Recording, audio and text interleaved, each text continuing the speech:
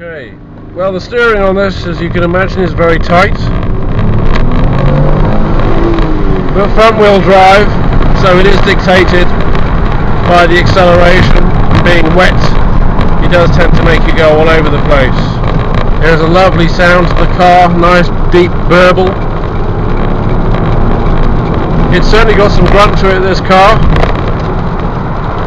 I would like to have seen this car with a 6th gear. I think on the motorway it would certainly come in very handy indeed.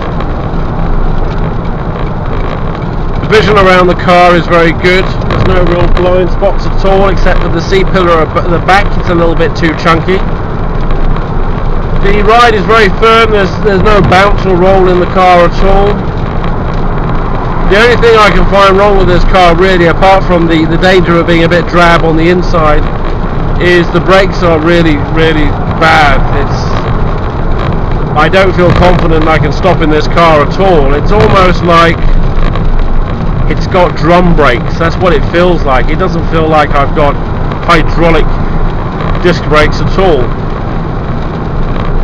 It's certainly an exciting car to drive this. It does feel like it wants to be thrashed a little bit, but the car itself has this terrible mundanity about it.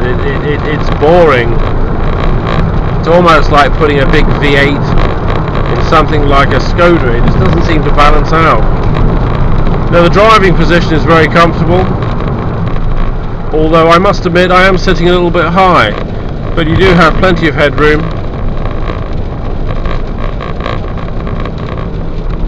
Yes, the brakes, not too happy with the brakes on this at all.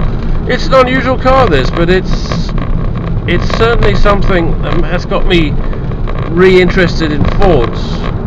The only thing I don't really like about this car is the fact that it's front-wheel drive. I think if it was rear-wheel drive, we could certainly have a lot of fun with this car, especially on a day like this.